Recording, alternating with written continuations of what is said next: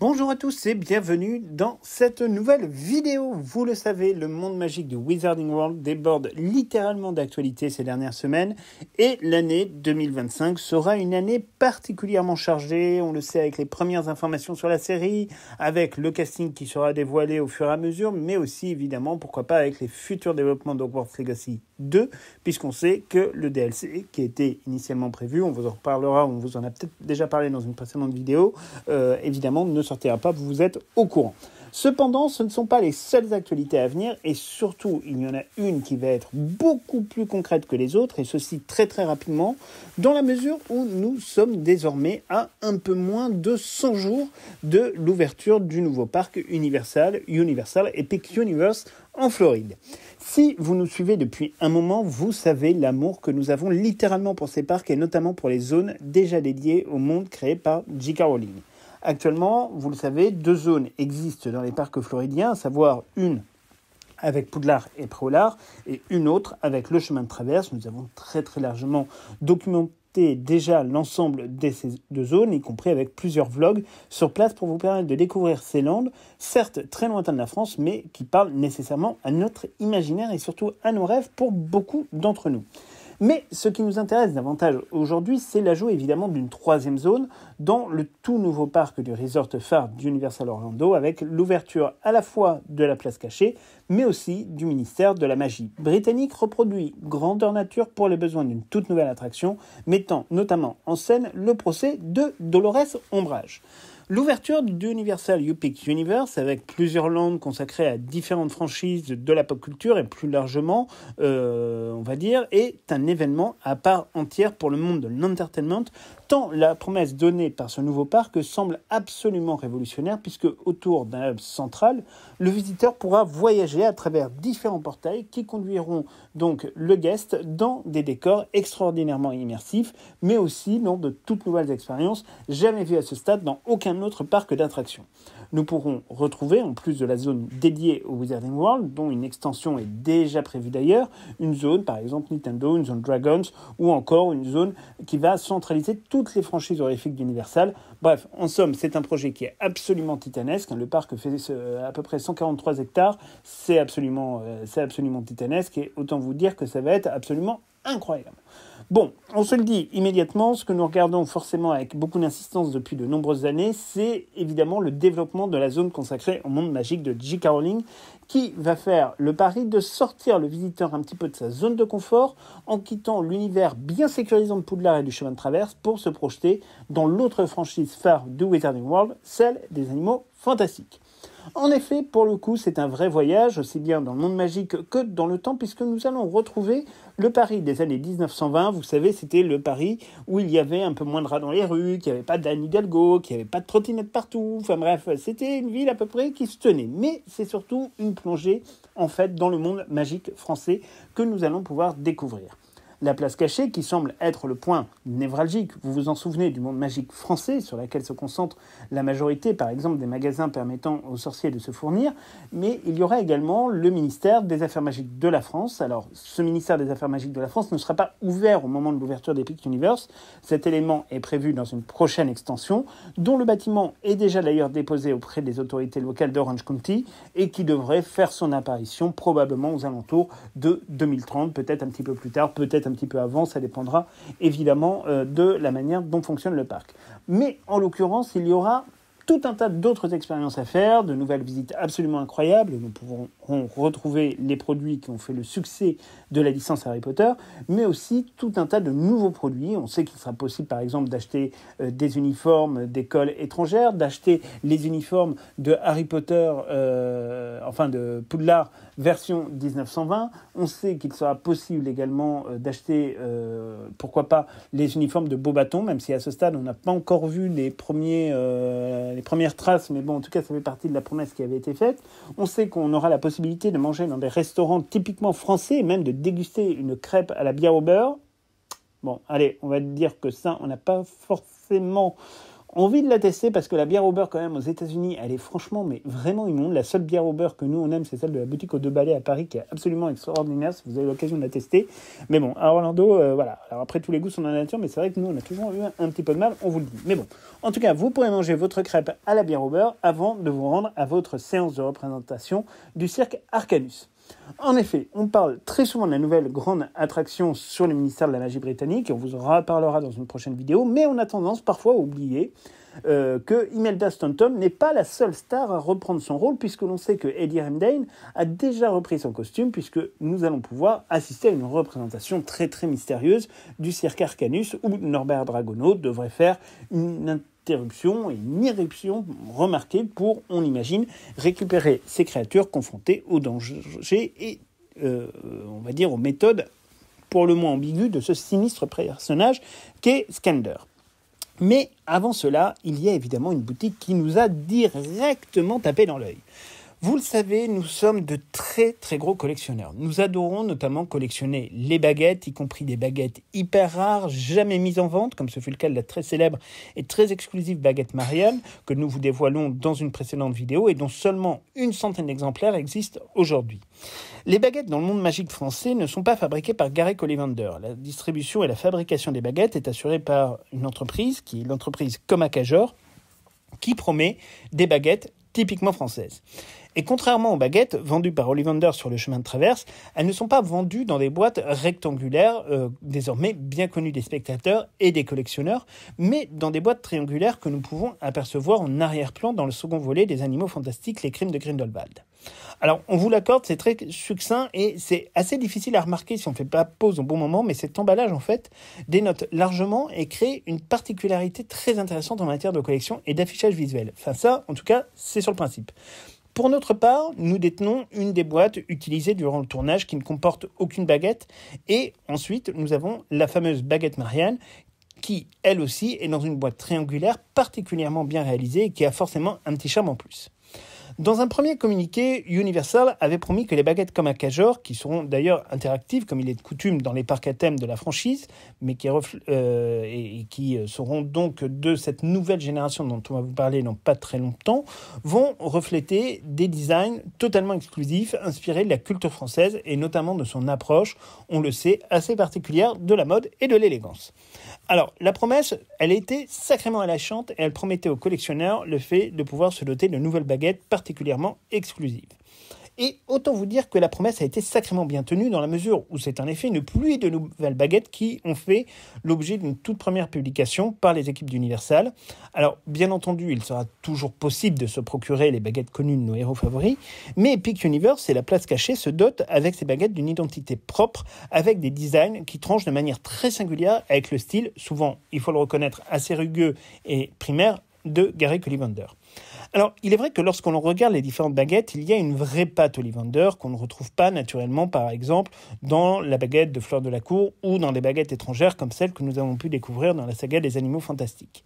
Les baguettes américaines répondent à certaines logiques, notamment dans un style souvent très art déco. Les baguettes allemandes ont un caractère beaucoup plus froid, beaucoup plus métallique et parfois peut-être un petit peu plus noble. Celles de Gregorovitch sont encore plus rustiques et celles venant de Comacajor ont, il faut le reconnaître, une certaine dose de noblesse. On voit notamment dans la baguette de Lethal Lestrange, dans celle de Corvus Lestrange Senior, dans celle de Vinda Rosier ou encore dans celle de Fleur de la Cour ou de Nicolas Flamel, ceci dit dans un style un petit peu plus médiéval, on sait qu'elles ont toutes des designs très différents de ce que nous voyons habituellement dans le monde magique britannique de la sorcellerie. À ce stade, ce ne sont pas moins de 9 nouvelles baguettes qui sont disponibles au moment de l'ouverture du monde magique et autant vous dire qu'elles sont toutes absolument superbes. Après tout, on nous dit que Comacajor fabrique les baguettes les plus belles du monde et il est vrai qu'elles ont globalement toutes un sacré charme. Alors, à ce stade, c'est difficile de voir absolument tous les détails et donc d'en tirer des conséquences. Mais de manière évidente, on peut voir que certains détails, empruntés à des décors bien connus, refont surface, comme le ministère des Affaires magiques de la France, comme le cimetière du Père-Lachaise ou encore la maison de Nicolas Flamel. Il conviendra seulement de vérifier tout ça une fois que nous aurons les baguettes en main, ce que nous espérons pouvoir faire d'ici quelques années. Et c'est évidemment quelque chose d'assez extraordinaire de constater évidemment que là on va sortir de notre zone de confort. Alors, petit bémol. petit bémol, c'est que là, en ce moment, vous avez les influenceurs, les membres, les team members d'Universal qui ont droit à des pré-ouvertures d'Epic Universe avant l'ouverture officielle du 22 mai. Pour être assez honnête, on a été un tout petit chouïa déçus quand on a découvert les designs des baguettes comme Akajan en vrai. Alors, pas des baguettes en tant que telles. Ce qui nous gêne un petit peu plus, c'est les boîtes. Les boîtes, en fait, elles ont l'air... Alors après, c'est peut-être Instagram qui fait ça, etc. Mais elles ont l'air absolument titanesques. Et elles font... comme ça, allez, 2 fois la taille des baguettes Ollivander. Alors après, on comprend, parce que c'est vrai qu'il faut tout le système pour tenir évidemment la baguette, pour tenir le petit plan où il y a la zone d'interaction, évidemment, où on pourra faire les sorts, etc. Enfin, ça, c'est quelque chose qui est assez compréhensible au final. Mais vous voyez, dans notre collection, donc on a la chance d'avoir ces 2 objets de tournage que sont donc la boîte de Comacajor et la baguette Marianne qui est dans sa boîte Comacajor. Et là, on est sur le format standard des films. Là, on est sur un format qui est 3 fois plus gros. Alors, c'est vrai que quand on regarde sur la baguette Marianne, vous pouvez retrouver ça dans notre vidéo sur le sujet, c'est vrai qu'évidemment, on l'ouvre par une des extrémités, on est obligé de tirer la baguette pour la regarder, alors que là, c'est vrai que cette boîte de Comacajor semble pouvoir se déployer pour être un peu présentée, en tout cas faire office de présentoir. Donc, c'est plutôt pas mal, c'est plutôt une bonne idée. Maintenant, après, c'est vrai que d'un coup d'un seul, quand on a vu ça, on s'est dit « Oh mon Dieu, mais on va caler ça où dans la collection ?» Bon, ça, on se posera la question plus tard. Vous me connaissez là-dessus, on n'a pas de problème. Voilà, la place, ça finit toujours par se trouver. Mais le fait est que, voilà, c'est peut-être le petit bémol, c'est que pour l'instant, sur ce qu'on en a vu, c'est un peu épais, mais bon, allez, pourquoi pas. En tout cas, voilà, ça colle pas totalement à l'univers visuel du film. C'est ça qui nous a un petit peu gênés. On va dire qu'on n'est pas du tout dans le même format. Mais bon, après tout, pourquoi pas, ça peut s'entendre. Autre petite surprise, c'est que nous nous attendions à voir apparaître une réplique de la baguette Marianne. Compte tenu du fait quand même qu'elle a été désignée et produite, même en très très peu d'exemplaires, cela aurait pu être quand même symbolique, d'autant plus avec toute l'histoire de cette baguette dont nous vous avions parlé dans une précédente vidéo.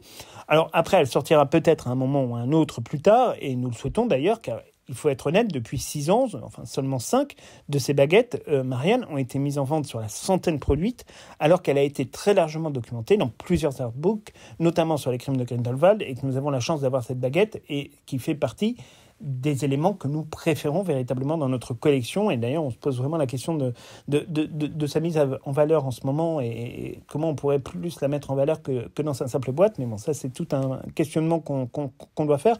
Mais en tout cas, c'est vrai que voilà, c'est un vrai bel objet de collection et on espérait véritablement pouvoir la voir apparaître de manière assez on va dire, rapide à Epic Universe pour que chacun puisse la voir, même si ce n'est pas l'authentique baguette Marianne, ça aurait pu être une très belle réplique. Là, en l'occurrence, a priori, ce ne sera pas le cas. Alors, autre point très intéressant, c'est qu'il n'y aura pas que ces nouvelles baguettes qui vont sortir. Il y a aussi 4 autres baguettes qui seront des baguettes interactives, donc aussi nouvelle génération, alors qui là, pour le coup, seront en boîte Ollivander. On a réussi à s'en procurer une qu'on vous montrera très prochainement sur Instagram. Alors, ce sont des baguettes, en fait, qui appartiennent donc à cette nouvelle génération que le Wizarding World de Universal veut développer. C'est-à-dire que jusqu'à présent, vous pouviez dans les parcs faire un certain nombre de sorts et ça donnait un certain nombre de choses. Là, ils ont décidé de passer, c'est vrai que maintenant les parcs existent depuis plus de 10 ans, ils ont décidé de passer à une approche technologique un petit peu plus supérieure. Alors c'est vrai sur Epic Universe, mais c'est vrai sur les 2 autres parcs, où vous allez pouvoir effectivement avoir des baguettes qui, en plus de produire un effet devant vous en tant que spectateur, vont pouvoir aussi s'animer dans votre main. Alors là, ils ont repris un peu ce qu'ils avaient fait avec, vous savez, les très éphémères Magic Caster Wand, qui étaient absolument extraordinaires, mais dont les brevets étaient en fait déposés autre part, et ils ont dû annuler la production. Enfin bref, du coup, c'est un truc absolument horrible pour beaucoup de monde, et le sujet n'a pas du tout pu fonctionner. Aujourd'hui, en fait, ces baguettes, outre le côté collection et ne servent plus à rien, là l'idée c'est que la baguette dans votre main va pouvoir réagir, va pouvoir faire des effets lumineux, des effets entre guillemets de vibration, c'est des choses qui vont pouvoir se faire.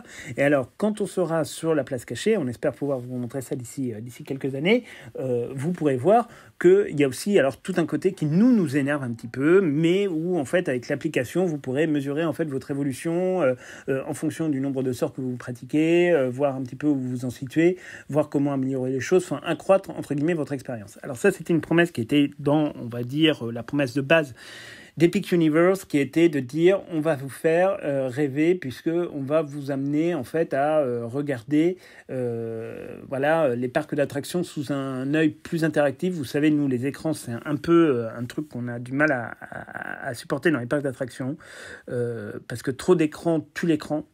C'est bien quand il y en a un petit peu, mais des fois il y en a trop. Universal, ils sont un peu doués là-dessus pour en faire beaucoup.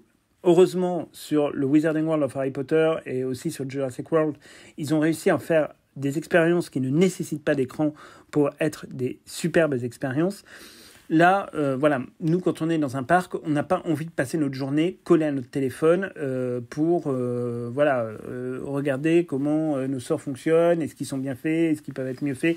Enfin, on n'a pas envie de faire tout ça. Alors oui, c'est vrai que c'est une offre qui répond aujourd'hui à une logique où les gens recherchent toujours plus d'interaction, toujours plus de contenu interactif, donc ça peut se comprendre. Maintenant, nous, c'est pas notre tasse de thé. Par contre, ça n'empêche que ces baguettes sont très belles. Alors, elles sont un peu plus mastoc que les baguettes habituelle, forcément, mais elle reste néanmoins très très belle. Là, on en a reçu une du Japon qui est vraiment très bien faite. Les détails sont assez sympas. Il nous tape vraiment de pouvoir les essayer. Ça fait des très beaux objets de collection. Maintenant, après, c'est vrai que ce côté interactif, faire des sorts, c'est génial. Pouvoir suivre sur une application téléphonique, franchement, bon, c'est pas tellement notre vision du truc. Autant profiter, sortir un peu des écrans, regarder toutes les merveilles qu'Universal a été capable de faire. Et ça, voilà, c'est vraiment quelque chose qui, pour nous, reste le plus intéressant.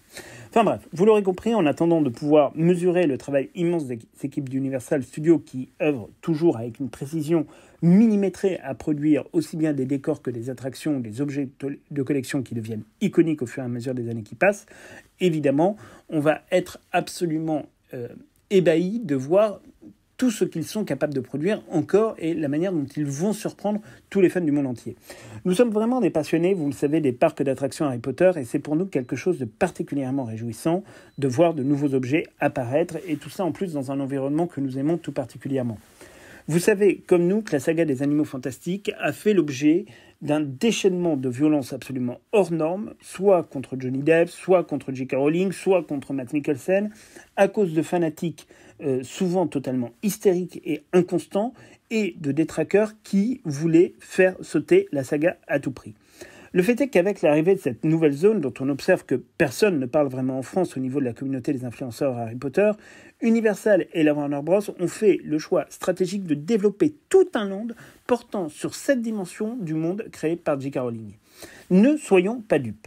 La vérité de quelques excités sur les réseaux sociaux ne fait pas la vérité du monde. Et on sait pertinemment que cette réalisation d'une nouvelle zone attirera des millions de visiteurs dans les années à venir. Et qu'il est même possible, pourquoi pas que ce futur succès, qui ne sera pas démenti, pourra relancer peut-être aussi l'envie de la Warner Bros. De nous donner quelques nouvelles sur la suite des événements au cinéma ou sur tout autre support de leur choix. Rappelons quand même, ce qui semble assez évident, c'est qu'Universal et la Warner auraient pu faire 1000 autres choix créatifs, comme recréer pourquoi pas un Godric Solo grandeur nature, une prison d'Azkaban ou tout autre lieu du monde magique. Mais le choix s'est arrêté sur un environnement visuel très apprécié des fans de la saga. De quoi quand même peut-être calmer un peu les esprits. Alors, nous sommes donc vraiment dans l'attente de pouvoir nous balader dans ce parc d'ici quelques temps, quand nous aurons la possibilité de nous y rendre au bout d'un certain temps. Mais, de manière très claire, ce qu'il faut aussi en retenir, c'est que, outre l'aspect des collections, tout ça et tout, c'est que là, il se passe quand même quelque chose au niveau des Animaux Fantastiques. On a voulu nous vendre l'idée que ce film était un échec absolument colossal. Autant vous dire, de manière assez évidente, qu'on est très loin de cette logique-là quand on voit aujourd'hui les échecs que coltine la Warner Bros. À longueur de temps et d'ailleurs tous les autres studios. On sait que le cinéma aujourd'hui ne fonctionne plus. Faire entre guillemets des films qui tapent le milliard, c'est quelque chose qui n'existe pas. Et même aujourd'hui des films qui sont présentés comme étant des films qui vont rapporter des millions de dollars, etc. et qui vont bien tourner, en réalité il en existe très très peu. Et on le voit bien par exemple la Warner Bros. Qui a fait une très très grande promotion autour de Mickey 17 avec Robert Pattinson, s'en tire avec un très pitoyable 140 millions de dollars, même pas 122 millions de dollars au box-office, ce qui est quand même relativement très très bas. Minecraft devrait faire un petit peu mieux, mais c'est pas énorme. On vous parlera même pas de Disneyland avec sa Blanche-Neige et Captain America. Blanche-Neige qui perd à minima 200 millions de dollars et Captain America qui dépasse tout juste les 410 millions avec le vent dans le dos, et vous aurez compris que c'est très compliqué. Enfin, toutes ces boîtes perdent aujourd'hui beaucoup d'argent, et ce qui fait que la Warner aujourd'hui a été obligée de déclarer qu'ils allaient se recentrer sur leur franchise de manière extrêmement forte, parce que en fait ils ne se rendent bien compte qu'il n'y a plus que ça qui fonctionne, et qu'aujourd'hui voilà, créer de l'originalité comme ils ont voulu créer en faisant des espèces de trucs un peu woke, un peu bizarres, un peu décalés, et à venir donner des leçons de morale à tout le public, en fait ça ne fonctionne plus. La réalité politique qui était celle du milieu culturel américain il y a encore 8 mois n'est plus la même aujourd'hui. Le monde est en train de changer de manière extraordinairement violente sur ce point, et de manière très claire, aujourd'hui les gens sont en train de sortir de leur bulle. Donc ce qui fait que pour les animaux fantastiques, on va pas vendre la peau de l'ours avant de l'avoir tué, parce que n'oublions pas que ce que l'on prend pour être un très mauvais chiffre dans une période de Covid pour les secrets de Dumbledore, ce qui était quand même 415 millions de dollars, dans une période Covid, aujourd'hui ça ferait quand même le film numéro 2 du box-office 2025 à ce stade. Alors vous nous direz, il y aura plein d'autres films qui vont sortir dans les années à venir. Mais en réalité, même si on prenait le box-office 2024, où vous avez eu quand même des très grosses productions, avec Vaiana 2, avec Vice Versa 2, avec Deadpool and Wolverine, avec Les Mignons 4, avec Mufasa, avec Dune, etc., bah, le film, mine de rien, se classerait même devant Gladiator 2. Enfin bon, à un moment donné, il faut se dire, on serait dans le top 15, hein, du box-office. Bon, à un moment donné, faut quand même relativiser. Il n'y a pas eu tant d'échecs que ça, bien au contraire. Maintenant, voilà, il y a des décisions artistiques à prendre qui vont prendre un petit peu de temps à sortir de terre, mais qui arriveront tôt ou tard. Le fait est en tout cas qu'aujourd'hui, le monde du cinéma va très mal. Les gens ne consomment plus le cinéma de la même manière. Alors, pour nous, peut-être que l'avenir de la saga des Animaux Fantastiques ne passera pas par le cinéma, mais à notre avis, elle finira quand même par se conclure d'une manière ou d'une autre, probablement en série télé. Les contrats, encore aujourd'hui, continuent de courir et ne sont pas annulés. Donc on peut imaginer qu'une série télé voit le jour pour conclure des événements qui se déroulent, souvenons-nous-en, quand même à minima 15 ans après la fin des Secrets de Dumbledore. Il faut quand même avoir un peu l'idée du cap entre 1931 et 1945. Voilà, il y a quand même un cap spatio-temporel qui est titanesque, donc voilà, tous les espoirs sont permis. Maintenant, après, c'est vrai que le cinéma, aujourd'hui, ne semble plus être véritablement la solution à retenir et retenue pour faire tourner des films. En tout cas, ce qui est certain, c'est que la Warner et Universal auraient pu faire 1000 choix différents que de se concentrer sur les Animaux Fantastiques. Ils l'ont fait, c'est quand même pour une bonne raison. On va voir ce que ça donne. Nous, on a très hâte de découvrir. On fait confiance à la Warner, on fait confiance à J.K. Rowling pour savoir mener enfin ce travail, on va dire, de manière intéressante. On fait énormément confiance aussi à Universal pour faire rêver les gens. Ça, ils savent faire parfaitement, c'est leur job. Donc, voilà. On continuera évidemment à couvrir tous les événements liés à l'ouverture d'Epic Universe. On continuera également aussi à vous informer sur les nouveaux objets de collection. Vous pouvez aussi nous suivre sur Instagram, où on est un peu plus actif. Maintenant, on a trouvé une manière de communiquer qui est un peu plus simple et qui correspond davantage à ce que nous voulions faire de notre page Instagram. Donc, on se retrouve donc très bientôt pour couvrir un petit peu tout ça. Mais surtout, ne vous laissez jamais avoir par des fanatiques. Encore une fois, si la saga des Animaux Fantastiques avait été un tel plantage, on peut vraiment imaginer qu'Universal aurait eu bien d'autres choses à développer qu'une zone entière sur le sujet. Donc c'est tout pour cette vidéo et on se retrouve très bientôt pour plein de nouvelles aventures. À très bientôt.